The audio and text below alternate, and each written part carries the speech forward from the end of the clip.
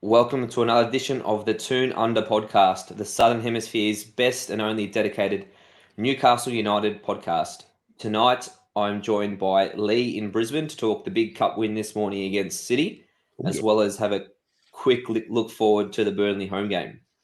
Before we get started, just another quick reminder to everybody, if you like what we do, give us a like, give us a subscribe on YouTube. We're ploughing towards 1,500 subscribers, which is sensational. So any support helps us. And on your podcast app, whatever you use, Spotify, Apple Podcasts, a follow, 5-star review, it all really helps us and helps get our content out there. So really appreciate the support so far.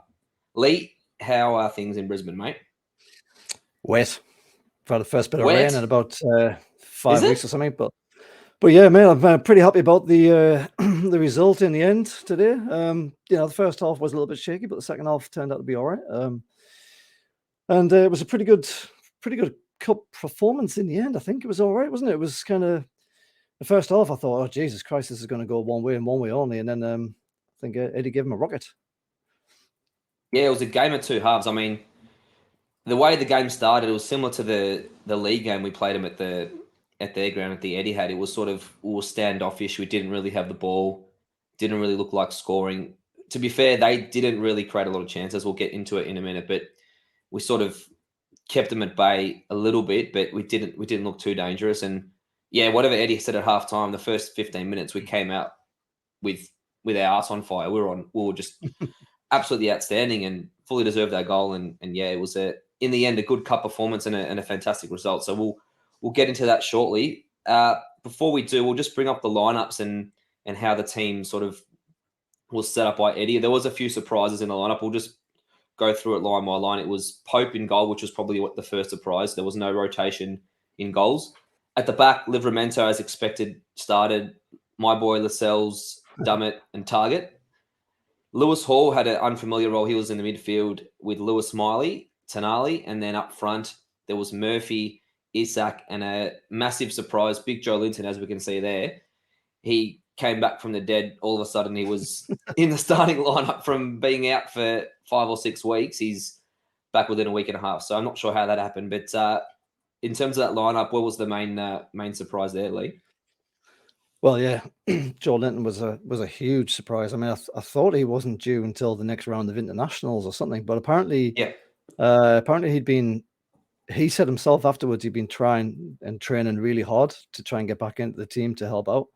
I don't know how he's managed to kind of magically mend himself and then get fit. But that was a huge surprise and quite a boost as well, because he was everywhere in this game. He was kind of doing a really good job in the midfield. He was spreading out wide, and it was nice to see him back. You kind of forget how much you miss your big players, and he's certainly a big player for us. So that was great to see him. At the top there, I must admit, I did expect to see Dubravka start this game. Like, I don't know what the hell we're paying this guy for, because he hardly ever makes an appearance. I think he's sick. I think was he sick, or there was talk last week that he didn't make the bench because he was unwell, or there was something wrong with him. So yeah, I don't know. Maybe it was something along. That's what I heard. Something along those lines, that he's not well. But maybe it's the sheer weight of his winner's medal from this competition last season that's bogging him down a bit. Unbelievable. It's weird. Yeah, it is. It's very strange. And then so we obviously had Karius on the bench there to cover lesser spotted Karius. I mean, we hardly ever see anybody. Pope is just there all the time. But I did think he might get a little bit of a rest today. Livramento expected. Lascelles, I fully expected him to be in. I'm sure you were happy when you saw his name pop up on the old sheet there, Dimi. Dummett in the middle was a bit of a surprise as well. I must admit, I thought Dummett would be at left back, and then maybe Shaw or Botman. But it does kind of make a bit of sense to allow Target to get a bit of game time as well. And I'll be honest with you, Dummett was fucking brilliant in this game. Like he put in some proper reducers, didn't he? He was flying in. Old school Dummett. One of those did a couple of those sliding tackles where he used to do it at left back, and the crowd used to go bananas. It was Yeah, it was a bit of old school Paul Dummett there. it went a bit nuts in this game as well for one or two of those challenges. He was asked about it afterwards as well, and he was like, "Yeah, I thought I was going to get a red card." But he obviously didn't. It must have been a home advantage, or maybe he was just that good. I don't know. But it was good to see him in the centre, and he did very well. And Lascelles, he did really well as well. He's a big lad. You forget how tall he is. He's really good with his head. His passing actually seemed to be a lot better than I remember as well. Very strange. I think that's the thing that really, obviously, I'm been a quite vocal detractor of old mate Jamal, but Yeah. his passing seems to have improved in leaps and bounds. I mean, we'll talk about the goal a bit later, but he started that move for the goal with the fantastic weight on the pass and defense splitting pass. It's something you don't expect from him, and he's sort of that old school centre half. He's tough. He's decent in the air. He's not too slow, but he's more old school Newcastle United. And yeah, if he's starting to ping the ball around like a Share does or Botman, that's a fantastic asset for us to have on the bench in case Share goes down injured or even Botman goes down. So yeah, he was fantastic this morning.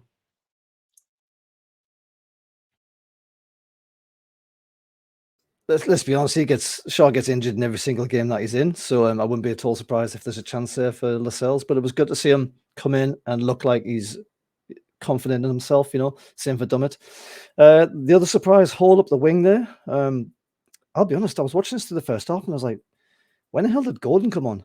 Because the way he runs, he's got a fair bit of pace in him as well. Hall. So there was Rapid, the pace. yeah. It was the blonde hair, and generally just speaking, the general kind of sort of body size and the way he runs, the gait on him as well. I was thinking, bloody hell, did someone go off injured and I missed it? But no, it was Hall. I must admit, I don't think he had a great game though, unfortunately. Then you got Lewis Miley in the middle. Good to see him getting some game time, although again, I think he was a little bit overrun in the middle there. Tonali, yeah, Murphy, yeah, Joe Litton, the big surprise, and then Isaac. I actually thought probably it would have been Wilson up front, but because he starts most of the games on the bench these days, it seems. Yeah, I mean, it's still not a terrible team, is it? Your benches, then you've got Trippier, No. Shaw, Gordon, Richie, Manquillo, Almiron, Anderson, and Bruno G. So there's still a mix of first teamers on that bench as well as some kind of reservies as well. So there was definitely scope, and this is how it transpired. There was scope to change things in the second half. But overall, I think that was quite half expected in the changes, but then also unexpected in some of the personnel that actually made an appearance. Yeah, I agree. I mean, we all thought a few of those changes would happen in terms of Livramento coming in and Lascelles, but I don't think we thought Lewis Hall was going to start in the midfield, and obviously no one thought that Joe Linton was going to be back. So there were a couple of surprises, and I think it was a bit of a gamble to start two teenagers in central midfield against Manchester City. I mean, even it's a week in Manchester City, it's a big ask for Hall and Miley, and obviously they weren't great, and they happened to get dragged at halftime, which is nothing against them, but they'll learn for the experience. But it was a big call, I think, that Eddie made. But Eddie made for that. But if he didn't play Miley and didn't play Hall, then probably you might have played Richie, and I wouldn't have been any more confident of him doing so well on the left to give him a run around. It's like obviously a reservish kind of team.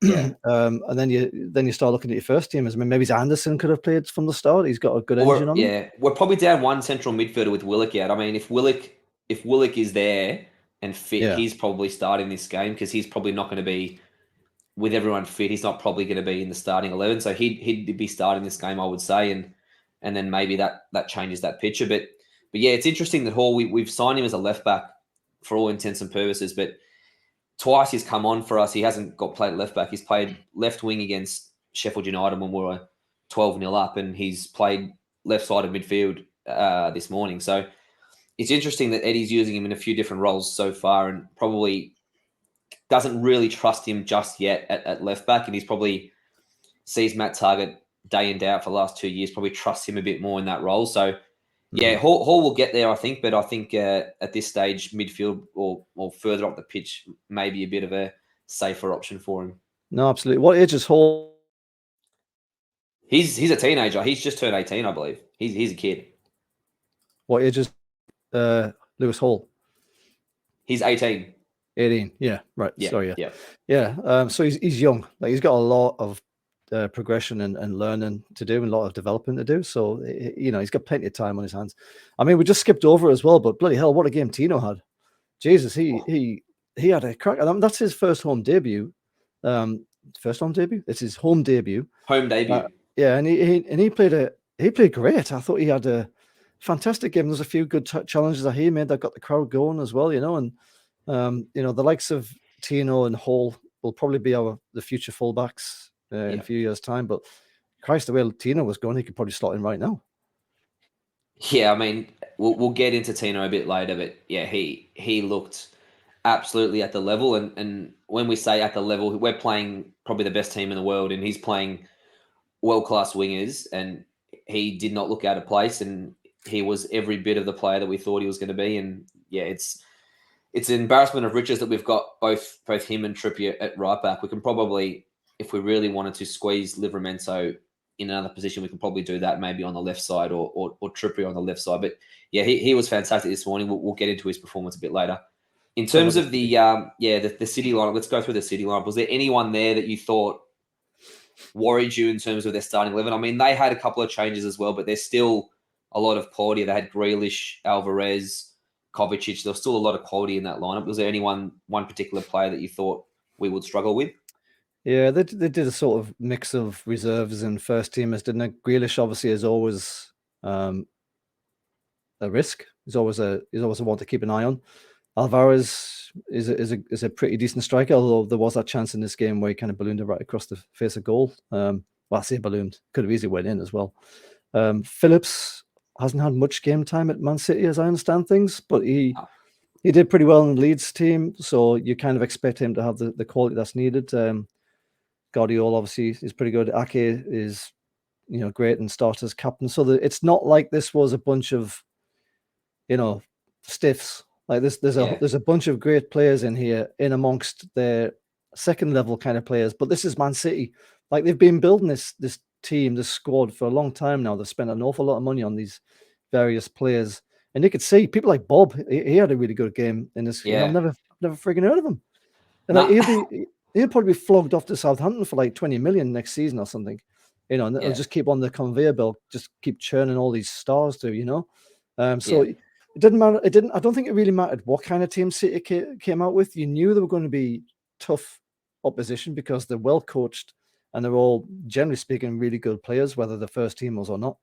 And then obviously on the bench, you had Ederson in goal, Haaland, you've got Foden who got a game, Kyle Walker who didn't get on. So even then, they've got the stars kind of sprinkled through the subs bench as well. What about you though? Was anybody on here who you thought, no shit, he's going to give us a game?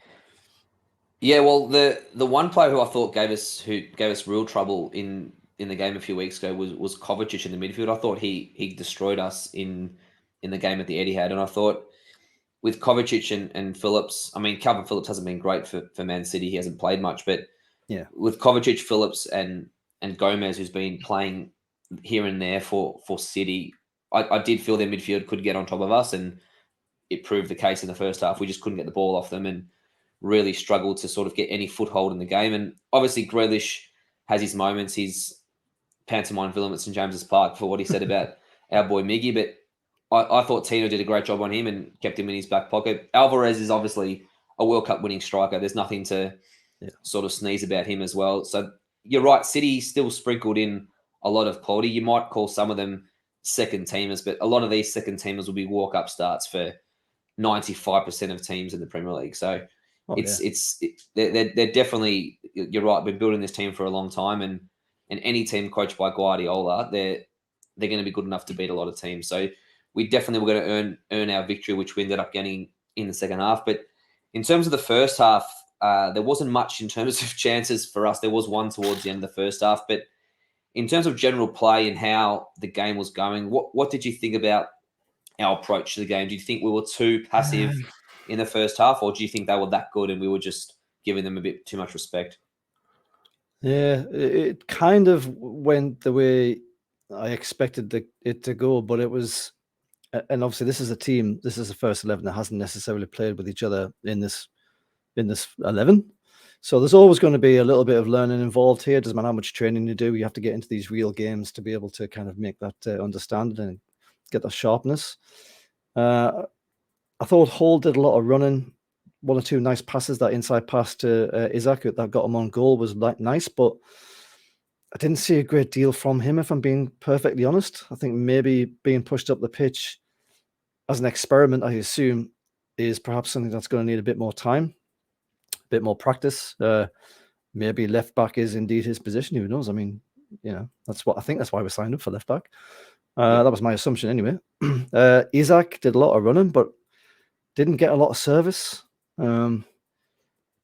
Tina was brilliant, yes, but that was kind of on the back of a lot of Man City running at us. So and that was basically the theme of the first half. I thought there wasn't enough pressure from us on City. City kind of were just being allowed to do whatever they want. Or they were able to do whatever they wanted because we couldn't quite get close enough to them. Every time we got the ball, we just gave it straight back. One or two occasions we saw a bit of daylight, as you mentioned there, that run on Murphy towards goal that he, I don't know, maybe, I mean, I think Isaac was proper gutted that he didn't cut it back. Yeah. Although, if I'm honest, there was like two blokes kind of covering or returning to cover him, two City players, and I'm not sure he would have had to drag it back or cut it back in or something. And then that's the anyway. thing. Yeah, to set up Isaac there, I mean, we're skipping a little bit, but to set up Isaac there, he had to sort of feign the shot and cut back and take out two defenders. That's probably not Jacob Murphy's game. We're probably asking a little bit too much for him to sit down two City defenders. If roles were reversed and Isaac's running on goal, we're probably pretty confident he can sit two City defenders down with a little cutback, and he may set up someone else for a goal. I mean, even when Murphy's running through, I don't think many Newcastle fans thought he was going to score, given his history in front of goal, especially when he has that much time. He sort of, when he has less time to think and he has a crack from either outside the box or even inside the box, he seems to do okay. But it's those one-on-ones where he's got the half the pitch. And I always remember that Watford one where he tried that little dink and those just yelling at him, just put it in the net. I'll never forget that one where he's charged it on goal. And it wasn't as wide open as that this morning, but it was a lot of time to think from basically halfway to the penalty box. So that was a big chance, but City themselves, despite all their possession, didn't really create too many chances. They had a couple of decent half chances. The first one, Alvarez sort of caught Dummett up the pitch, and he had a good strike on goal where Pope sort of just stood up and flicked his foot at it, which was a bit nonchalant. Which for me, it seemed a bit strange. It's sort of like time stopped, and he didn't really think he was going to save it. So that was the first decent half chance, and that Alvarez had. The other one, you were right, he flashed across goal when he made a nice decent run inside our right channel. So there were a couple of half chances for City, but it wasn't like it was a procession on our goal. We were sitting deep enough that they weren't getting in behind us. And the way City play their football, they're not going to force crosses or force long balls. So they probably lacked that Phil Foden or De Bruyne to make that killer pass to really punish us. Yeah, I mean, De Bruyne, the guy's just unnaturally good at football. He finds all the little tight angles and all the passes. But when you say that, though, there were a number of occasions where City were trying to kind of either go. Usually, they were trying to like lob it over the top for a runner to get in on goal, and it must have happened. I wouldn't say like 6 times, but it happened 2 or 3 or 4 times, perhaps, maybe 2 or 3. And every time the range was just a little bit off, because if they had got any of those exactly right, like they probably would expect from a Foden or from a De Bruyne, they were just in on goal.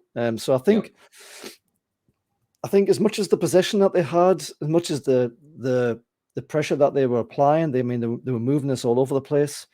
They didn't have that killer instinct that you would associate with a Man City, and I assume that's simply, it is because of the first 11 that they chose. I thought Tino was really good, as we've already touched on. He was, I think, a little bit at fault for that one that went flashed across the goal. I think he kind of got caught napping a little bit. But then that one that you mentioned there where Pope stuck his foot out, the person who was actually running back to cover was Tino, because that ball spilled right across the front of the goal after Pope got his toes to it. Like, it was set up for Haaland. If he was there, Haaland's tapping that into the goal. That is a literal goal, because that is exactly what Haaland does. He just sits there and waits. So we got lucky in some respects there, but Tino did a great job of of tracking back. So I was pleased about that. What did you make of Tonali?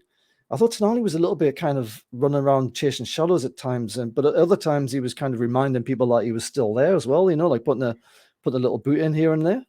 Yeah, towards the end of the half, he started raising for me his level and his intensity. I think when you look at it, he's playing next to two teenagers who probably he's never played with before, and Lewis Hall for one has never played central midfield for Newcastle, and Lewis Miley is starting his first game for Newcastle. So combinations and partnerships, relationships in the middle of the park are very important, and we clearly didn't have any cohesion in the middle of the park. That's probably why Eddie's changed it at half time to get the big boys on. But we really struggled to get any sort of cohesion going. And for me, Tonali, yeah, he wasn't on the ball as much as you'd like, but I think that was just a symptom of the rest of the team. We just couldn't probably string 3 or 4 passes together to get ourselves up to Man City's half. So he was a victim, I think, of the circumstances of the first half. I think the kids did struggle for me, and I'm happy that they're getting games in the cup game. This is where you want to give your Mileys and your Halls a game.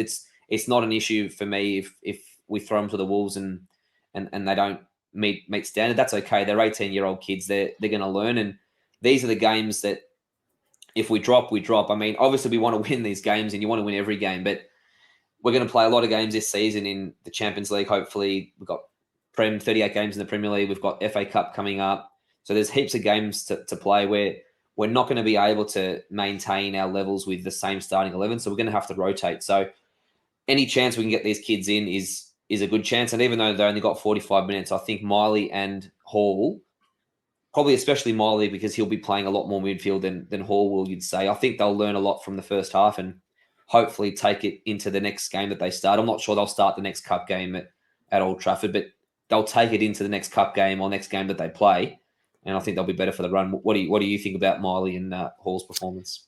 Yeah, Miley, I think, was a little bit swamped in that in the middle there. City basically had the run of the midfield. There was space everywhere. They were moving us all around the place. Lewis Hall and, as you say, Lewis Hall and what's his face that you just mentioned?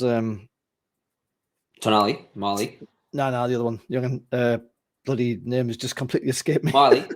Miley. Yeah, they tried, but they're up against quality opposition, and like I said at the top there, it's City, so all their players are at a certain level. And I think probably they're all probably a bit levels above those two right now. They're both very, very young. They've got a long, long way to go, and hopefully they'll get to those levels and surpass them with any luck. But I think, yeah, experience will be good for them. But I think it was the right call. Put it this way, I think it was the right call to switch things around in the middle, because when we got into this in the second half, basically that midfield, we wrestled control that midfield in the second half, and it was largely because of the personnel that we brought in. We'll get that in a second, but when you look back on that half, because I've heard we're talking about this in chat, like some people have been saying it's like an unacceptable performance in the first half, which I find incredible from a fan base that's seen some truly unacceptable performances not that long ago, and yet here we are going in half time. All right, we didn't have much of the ball, fine. All right, but we could have scored towards the end of that first half if Murphy had done a little bit better. But we're playing against City, playing against a very good team, whoever they put out. We've held them to, I think, one shot on target in that first half. And we've gone in 0-0. So that sets up the stage for what happens next, doesn't it? And I mean, either team can still win it, but of course, it gives you the team that's been under the cosh a bit more impetus to come out and have a bit of a scrap. So in my mind, that first half, all right, it was tough watching, but like it wasn't anywhere near unacceptable. It was. I mean, the defense was pretty rock solid, not like completely rock solid. There was holes here and there, but bloody hell, they did all right. Like I thought that first half was all right on the whole. Well, yeah, it was, and it definitely wasn't unacceptable. First of all, we're playing a second choice back four. That's the starters. None of that back four is our first choice back four. That's point one. Mm-hmm. Point two, we're playing the European champions, the treble winning team who's been dominating English football for the last 6-7 years. So I think perspective is lost on a lot of Newcastle fans these days. And I mean, I don't want to get on my soapbox, but there's there's this entitlement, and there's this sort of feeling that we're supposed to be winning every single game, and now we're supposed to have 70% of possession every game, and if we don't score 3-4 goals a game, everyone's rubbish, and this player is not good enough, and the coaching isn't good enough. It's ridiculous. I mean, from where we've come from, I think we need to have a lot longer leash on how we're playing, and to get to 0-0, like you said, it's not like we're 3-4-0 down and we're shipping chances every 2 minutes. It was nothing like that. There was one shot on target. They got in behind us maybe once or twice, and as good teams are going to do. So, yeah, to call the first half unacceptable is ridiculous, and just shows, unfortunately, some people in our fan base are very entitled, and that comes with the territory. But I think we need to be a bit better than that. So, yeah, you mentioned the second half. There was a massive change at halftime. I mean, not only in personnel, but I think in attitude of the whole team. And obviously, we made 2 subs at halftime. Bruno and Gordon came on for the 2 kids, Miley and Hall, which was probably the right decision considering how we spoke about that first half going. And I think Bruno especially made an immediate difference to the team. And him, Tonali, and Joe Linton. I mean, there's been a lot of talk of that midfield not working, but that first 15, 20 minutes, I thought the midfield was absolutely sensational. And Bruno's intensity especially, I think, really got us going on the front foot. How did you see that start of the second half, and especially Bruno's introduction? It was brilliant. It was you could sort of see it really early on, not necessarily like immediately when the second half started. There was a brief flash of kind of threat from City, but it didn't last too long. And then you started to see space open up in the midfield. Like, I was watching the screen and I saw all these big gaps in the middle. I'm thinking, how's this happened? Like, suddenly that space was just nowhere to be seen first half. And then 5 minutes into the second half, give or take, there's these pockets of space open up in the middle, and we're able to get on top of the ball in the midfield and make something out of it going forward. And a lot of it came down to, as you say, the attitude. And again, I feel like a bloody cheerleader for Gordon. Every time I'm talking about football at the minute, I'm talking about how good Gordon is. And you can say Bruno was brilliant. Of course he is, and he's that kind of player. But for me, the mentality shift was led by Gordon, and the chasing that he did down the wing. His pace was terrifying the back of City. He was getting out of some really, really ridiculously tight positions with the ball. There was one time where it looked like he got robbed, and then the City kind of it went loose behind him, and Gordon, being alert, was like, all right, I'll just get back onto that ball. Thank you very much. And off he goes towards goal and pulls out well, it should have been a corner, but it wasn't. And I just find that when you're in a game like this where you've been under the cosh for a good 45 minutes, you haven't really fashioned anything close to a chance apart from like right at the end of the half. You need someone to just come out there with like a rocket up his arse and then basically show everybody else, this is how we need to go. This is what we need to do in this half. Eddie Howe said that he wanted people to be a little bit harder in tackles. He wanted to get closer to the men. I mean, we started putting the boot in, like not like ridiculously terrible boots, but like we have started to go in a lot harder in some of those tackles. We started to show that we were in this game. We started putting ourselves around. Suddenly, City are struggling to deal with us. They're probably not expecting such an intensity given how the first half went. And it didn't take very long, did it, before we got the reward? That was 53 minutes. Yeah.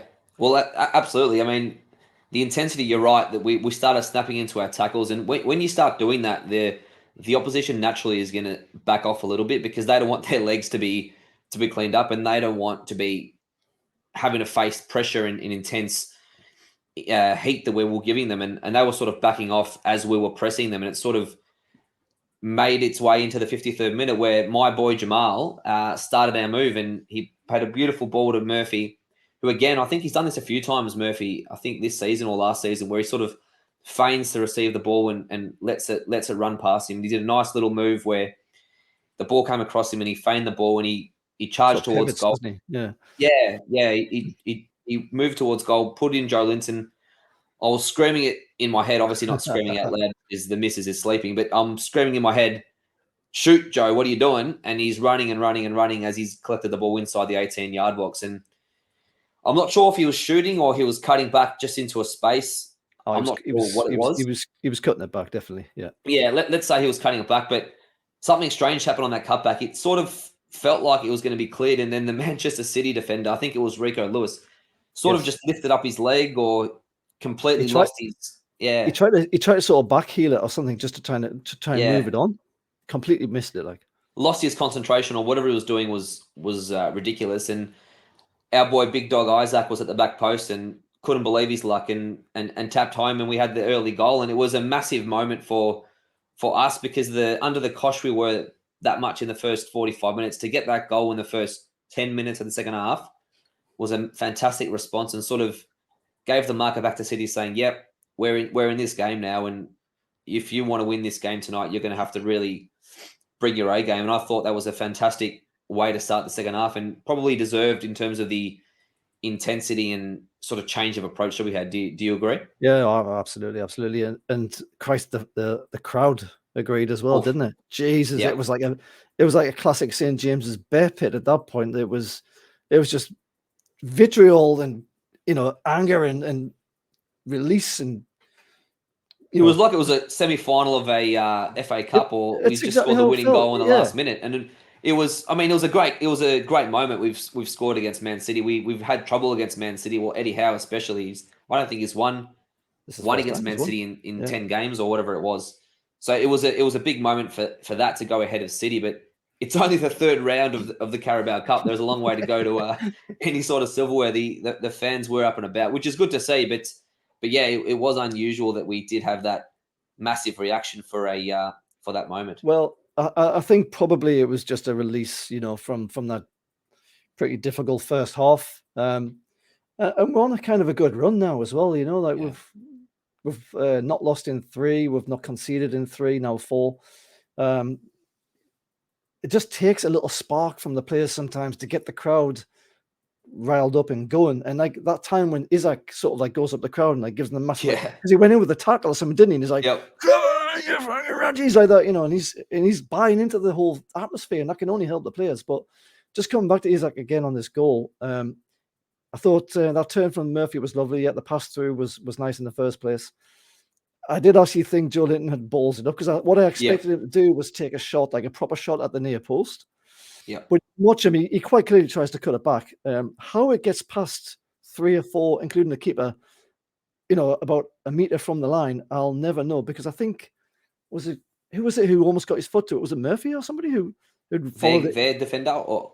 Well, it was one of our guys. He tried to get his foot to it, and it just passes. Yeah, just passes. I mean, if he had touched that and it went out, you'd be like, well, bugger. But it just got past his toes. But I want to say, though, that Isaac, he's such a cool bastard, man. Like, he controls it with his left foot. He's on the left side of goal, so his target with his left foot is pretty small. He takes one touch. In a normal world, I imagine he probably might have shifted it to his right, so he's got a bigger target to aim for. But he was aware, even in that moment, that he didn't have time for it. You could see, some of the players are closing him down. There's a guy who's running onto the near post in the goal, trying to block him off. I think he was sliding in. So he takes one touch, it kind of lifts up a little bit, and then he just sort of kicks it again with his left foot into just about the only space that he could probably hit from that angle. And, it looks easy. I wrote down an easy finish. Then I watched it again. I was like, that isn't an easy finish at all. He makes, he makes everything looks easy. Yeah. Split second where he controls, then another split second to realize that he has to take it straight away. Otherwise, the opportunity is going to be gone. That was just reward. And I think for a little while afterwards, we continued with the crowd up and everything. And then, I don't know about you, but I think slowly it just started to swing a little bit back towards City. It was like a game of 2 halves, but then the second half was a game of 2 quarters, if you know what I mean. So shortly afterwards, maybe 5 or 10 minutes after we scored, it just eventually started. We dropped, we dropped obviously we weren't going to play the way we came out in the second half. We probably weren't going to do that for 45 minutes. We maybe did it for 20 and we're in the ascendancy. But as the half wore on, you're right, City did have a little bit more of the ball. But despite having more of the ball, I still don't think they tested Pope at all in the second half. I think Grealish had one shot, which was straight at him, and it wasn't really a dangerous one from outside the box. But They did not threaten us at all, except for there was one moment. I think it was Nunes going through, or right was at the it end. Alvarez? And yeah, it was right near the end, and centre halves were out of position. But then Big Tino came from nowhere and made a perfect sliding challenge to clear the ball. I mean, we've touched on Tino before, but how good was he this morning? I thought he was absolutely outstanding. He was brilliant. I didn't realize how much he looks like Sam Fender as well. He seems like quite a humble bloke. He did the post match with Isaac, and he looked genuinely shocked to get the player of the match, little gong. And he was saying, "Oh, well, I'm learning from Trippier. He's world class. I'm just here to help out any way I can." Like, perfect attitude on the back of man the match performance. I think most people would agree. And he was putting in the tackles. He was passing really well. His positional sense was, on the whole, really good. Yes, all right, once or twice he was caught out, but that's going to happen to anybody, particularly against City. It was so unbelievably encouraging, given that this is his. All right, it's his debut, I guess, at St James's Park, and so you might be hyped up for it. But he just looks like an absolute quality player, and as we know, he was being touted as could be one of the best right backs in the world at one point before he had that nasty injury. But if this is how he's going to start his career at Newcastle, like, Jesus Christ, he's going to be something else, and he's got Trippier to learn from as well. Like, he was just bloody brilliant.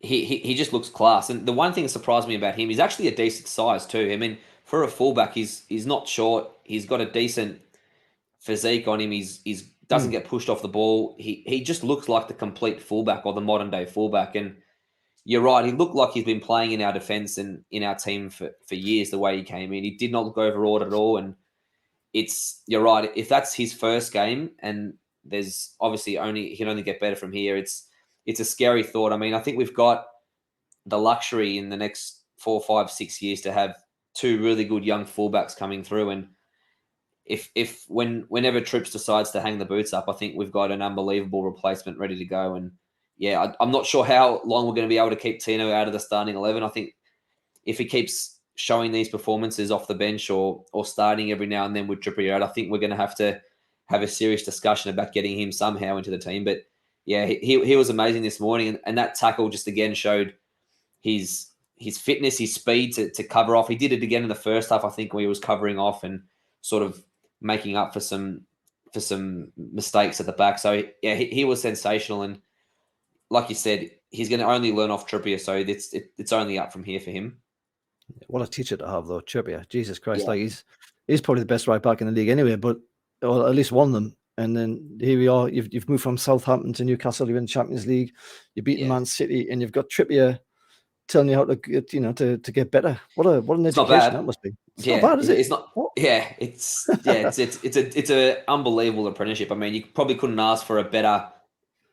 Perhaps Kyle Walker at Man City is also a very good right back, and I'm not going to count Trent Alexander-Arnold. He's rubbish defensively, so I'm not going to count him. But Kieran Trippier is probably one of the best right backs you can sort of want to learn off. He's been there, done it all around the world, not just in the Premier League as well. So fair play to Tino. He was sensational.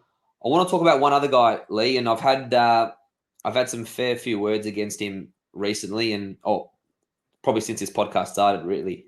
But I think the club captain Jamal needs a shout, and I thought he was sensational today. And I think, look, if he keeps putting performances like this, he's gonna be pushing. I'll make a big call here. He'll be pushing for starting 11 time if he keeps playing like that. What do you think? Nah, you're not going to break up Botman and Shaw, but one of those will get an injury at some point, and then exactly. And the longer Lascelles is out the team, the more you start to think, was he as shit as we remember him?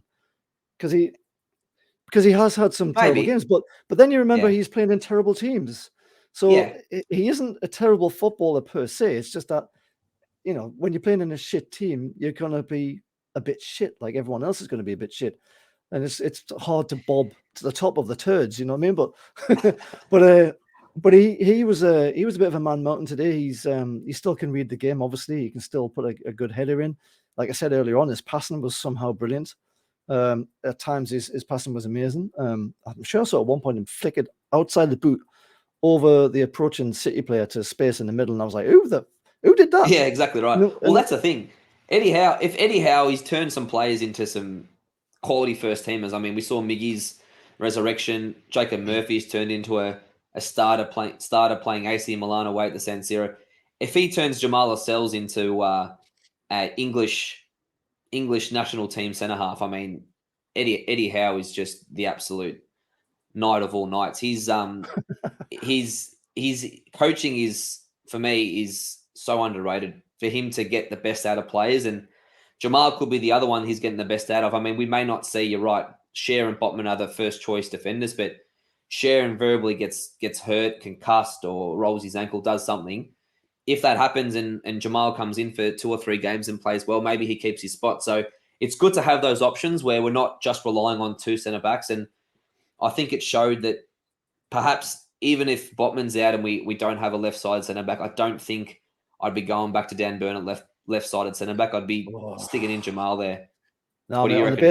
the basis of how Tom Burn's done at centre back so far this season, and on how Dummy did in this game, like I'd probably put Dummy in first before putting Dan Burn in. I do not want to see Dan Burn in the middle of the defence ever again. I'm sorry I ever suggested it. It was a terrible idea. He's too slow. It turns like the arc. He's not good enough in the centre.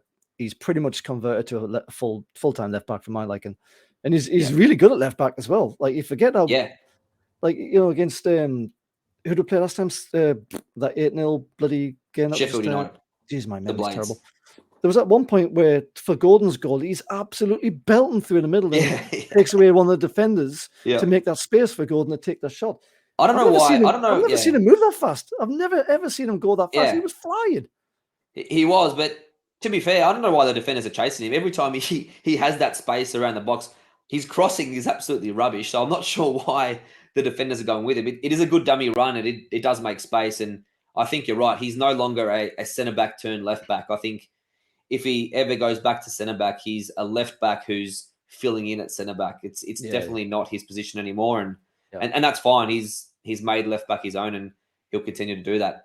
So in terms of that was probably the rest of the second half. There wasn't that many more chances for either side, and we ended up holding on for the 1-0 despite for it. There was that heart attack right at the end from Rico Lewis. I think he found a bit of space down the right, didn't he? And he the strike, just ever so closely to our right hand side post. I was shitting myself. Looked in off the boot. That didn't it? looked like it was in, didn't it? And I was like, please no, because going to the bottom corner because Popey dived and he sort of looked like he's got nowhere near it. I'm like, I don't think he was getting that. I don't think Popey was getting that. No. So that apart from that one there, then I think they only had 2 shots on target or something. We had more, correct? I think we had 4 shots on target to there too. So and and I know you don't like old mate XG, but we did have a higher XG than them this morning. So really? I think ours was about 1.3 or 1.4 to their 0.8. So a well-deserved win on the XG stats as well. But in terms of the whole performance, who do you reckon was the man of the match this morning? I think it's pretty clear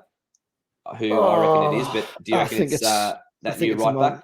I think it's the man who won the award. Yeah, absolutely. Tino deserves all the plaudits for that. But I do want to give, again, an honourable mention to Lascelles and Paul Dummett, two unsung heroes in this game, I think. They've been with this club for a long time. Dummett's been here since he was 9, I think. And he's putting his body on the line. He's still got the fire in his belly to do well for his hometown club. Lascelles, professional as ever. Still a club captain. He is. We've talked over and over again about how Trippier is basically the de facto captain, and that might be true. But what we see behind the scenes is that Lascelles still carries an awful lot of weight and influence in that squad, in that dressing room, and it's just a stroke of genius, really. I mean, I thought Trippier was going to be the captain long before now, and Eddie Howe clearly thought, I'm going to need to rely on this fellow at some point. And when I do, I want him to be in the right headspace and I want him to come on and perform at his absolute best. And stripping him of the captain's armband probably isn't going to get him into that position mentally. I mean, it might take a bit of time for him to get over it and stuff, and who knows when you're going to need them. So I think that was a really good bit of thinking from Eddie Howe, good bit of management, kind of psychology player there to give him that sort of sense of worth. But it's not just in name. He does have a huge amount of influence, as we saw in the in that Amazon Prime thing. But yeah, Tonali, brilliant. Back four, brilliant. Gordon, very good. Bruno, very good. Joe Linton, considering he hasn't played for a few weeks, he was all right as well. Yeah. He wasn't quite at his best, I don't think, but he didn't seem, it didn't He look like grew he'd been into the away for game. that I long. think he grew Yeah, into the game. I think yeah, when Bruno came on in the second half, they started combining very well. There was a couple of nice 1-2s between both of them, and yeah. I think for a guy who obviously hasn't missed that long, but for a guy who's missed a few weeks, he did take some time to grow into the game. But yeah, he was definitely much better in the second half, and he'll be better for the run, definitely. No, absolutely. So, I mean, there were good, decent performances all throughout that team, but I think you'd Yeah, have to give it to Tino. Are you going to go with yeah, Tino as well? absolutely. Tino was for me the standout. He looked not a class above, but he was just quality. And Jack Grealish is no slouch, and he completely shut him out. And even that other boy Doku who came on is rapid, quick, and he did quite decently on him as well, and didn't really get caught out at all. So yeah, big marks to Tino. I don't think anyone can say that if Trips is ever suspended or injured, God forbid he's injured this season, I don't think we'll be losing that much with Tino coming in the way he performed this morning. So a great win this morning for us, and we're into the fourth round. And thanks to our friend Don Goodman, we've got another fantastic draw Yeah. in round four. We're off to Old Trafford, but look, it may not be the worst draw because they're quite Shit. rubbish at the moment. Let's be honest. And from looking at the fixtures, they play City 3 days before that cup game, so they could be fresh off a Ah, 5 or 6 nil belting. So hopefully that suits us. But we'll cover that game in a few weeks, and again, it might be a good chance for the kids to get another run in, and definitely Tino will be getting a run in that game, and who knows, we play like that this morning or like we did in the second half. I think will be definitely a good shout to get a result. So we'll talk about that when that comes around, but. Obviously, there's another Premier League game this weekend. We've got a home game against Burnley, and it's another important game to stack those wins and stack those performances. And Burnley's an interesting team, aren't they, Lee? They're not the same old Burnley under Sean Dyche. They're not a hoofball team. They're sort of not playing total football, but they're playing attacking football. They took the championship by storm last year, scored a lot of goals, and Vincent Company sort of revitalized that whole club, and it hasn't really worked so far for them this season. They've got 1 point from 5 games. They've conceded 13 goals from 5 games. They've only scored 4 goals from 5 games. So yeah. they definitely are struggling. What do you make of Burnley from the Well, limited stuff that you've seen from them? yeah, I mean, I've only really seen the results, but obviously everyone's aware just of how well they did in the championship last season. Absolutely murdered that league. And so, like most people, I'm expecting them to come into this league and have a bit about them, but they've had a fairly tough start, if I'm not mistaken. I think Jack was saying in the Yep. chat they've had not the easiest of starts, so there's that going against them. But it just goes to show that the two leagues are really light years apart sometimes. You know, when these teams come flying up and then suddenly realize that, oh Christ, it's not quite as easy as I thought it was going to be. I like Vincent Company. He's always seemed to be a decent kind of bloke. He doesn't seem to be one of those ones who comes across as a bit of a dick. He was seems quite intelligent. Yep. So I Yep. imagine he will be studying, you know, Newcastle. He'll be taking a very close look at what we just did last week and thinking, Jesus Christ, bloody hope that doesn't happen to us. Now the problem for him is that he's got us at home next, rather than Yep. we just did that to Sheffield away. Now he's got us at home on the back of a good win against City. So we will be going at this very much the favourites. You have to think that. And he's going to have a bit of a challenge in his hands. I mean, we were saying before we came on here, like we looked at the Burnley team against Man United last week, and I don't know who anybody these people are. Like Trafford in goal, and Roberts and Al Daka and Bayer and Taylor at the back, and I thought it was Aaron Ramsey, but some other kind of Ramsey. Cullen, Brownhill, Goodmanson, Dooney, and Collishaw. Who the hell are they? I do recognize. I mean, Yeah. they've got some on the bench, haven't they? There's that guy that you mentioned, Jay Jay Rodriguez, obviously. Rodriguez. Yep. Yeah, everyone knows Yep. about him. But bloody hell, that's a team of players that I've got absolutely no idea about. I don't Well, know. it's I wouldn't know what yeah. to expect from them if I hadn't seen them play. Like honestly, I wouldn't know a first thing about them. So I watched a little bit of them as I do, as I've got a lot of spare time just watching football 24 hours a day. But watching their game against Spurs the other week, they they'd get the ball down and try to play. So they're a different. It says on the screen there if you're watching on YouTube, Burnley, but they're not Burnley. They're Burnley with an N. But Whoops. thanks for the beautiful spelling by Lee. But no, look, they're a different Burnley team than we expect that we've remembered from the Premier League. So they do try to play football. They try to press relatively high, and I don't think that's going to be a recipe for success against us. We thrive on teams who press up, and we thrive on teams who try to have a go at us. The one time we struggle against teams is when they do that low block or park the bus, and that's when we probably struggle a bit more. So yeah, the names aren't household names, but you're right. They had a great Championship season last year, so they've got quality, but it's different. The Championship and the Premier League are two very different leagues. You play the sort of football, you attack the way you attack in the Championship. That sort of football probably isn't going to get you very far against higher quality opposition. So company's going to have to make a call, I would say, pretty shortly if they're not stacking up the points, whether they not change the way they play, but sort of alter it slightly so they're not as open as they've been. Copping 13 goals in 5 games just not going to fly. So if they're on that trajectory, they're going to be going down. So for Burnley coming to St James's Park, you'd think they'd park the bus, but I don't think that's in their DNA, and that's not in company's DNA. So that probably suits us. And in terms of the 11 that we're going to see from Newcastle, Lee, who do you reckon we'll see who didn't start today? Do you think there'll be a completely changed 11, or do you think some of them who started today may hang on to their spot? Well, I think the back four will revert to the usual back four of Trips, Botman, Shaw, and Burn. Pope will obviously be in goal. I think the interesting thing is, does Joe Linton come back into the team, or does Longy maintain his team? What do you do? I mean, obviously, this is only his first game back after a little while, and we don't know how he's feeling afterwards, and he'll need recovery time and all that kind of stuff. So I would imagine he'll probably be on the bench to start. I would imagine it'd be very unfair to have Longy benched. Well, and Ando as well. And but Longy in particular has been really good. Well, there again, Ando has been excellent as well. So I think probably in the middle you'll have who did I go for? It'll be probably Miggy, Bruno, Longy, and Gordon, I'd imagine. Yep. And then Isaac took a bit of a kick, didn't he, in this game? Now he said afterwards that he's probably okay. He says he felt all right. Yep. But it might just give Eddie Howe the impetus to start Wilson. Yeah. So I suspect you might see Wilson up top, but I think otherwise it'll be more or less our strongest 11.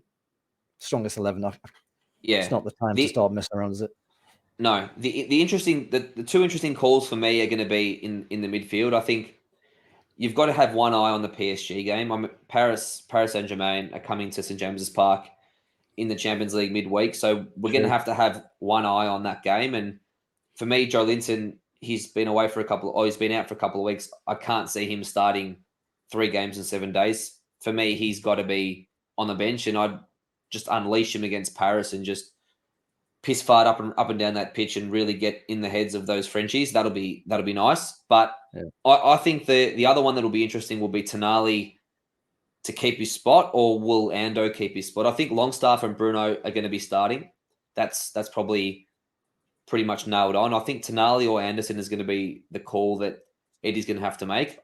The way he went this morning with Tonali starting and playing 85, 90 minutes, maybe he sees Sandro more as a Champions League player at the moment, and he'll let Ando and Longy get the Premier League minutes. I mean, there's nothing to say that Tonali can't start both games, but I think you reward Ando and Longstaff for the 8-0 performance. It'd be harsh on either of them to be dropped, and obviously Bruno starts in the midfield. That's a given, and that completes the midfield. But yeah, for me, Jolinton's got to be on the bench, and I would probably go with Anderson and Longstaff in the midfield alongside Bruno. Yeah, and that's you'd think that'd be a strong enough team to take on Burnley, wouldn't they? At home. It's a good point about PSG. I was kind of forgetting. I keep forgetting we're in the Champions League, man. It's all right. Got Burnley, then we're going to play PSG. It's like what? What a contrast! What a contrast! But that'll be a different game. That'll be an incredible game. But it'll be interesting to see what Eddie does there. But I think for this, I think the bread and butter focusing on the league, I imagine he'll keep it as close to the team that started against Sheffield as he can. With, I suspect, probably swapping out Isaac for Wilson, unless Isaac is perfectly fine, I don't think there'll be any too many surprises, I don't think. As for predictions, are we going to do a prediction? What do you reckon? Yeah, go for it. What's your score prediction? Because I know you've been hot on the prediction tracker, according to sources. So what's your prediction? Yeah, a lot better than the bloody fantasy league, Jesus. I reckon 4-0. You know what? I think that was one of our most common score lines last year. When we were hot, we seemed to be winning 4-0 every second week at one point.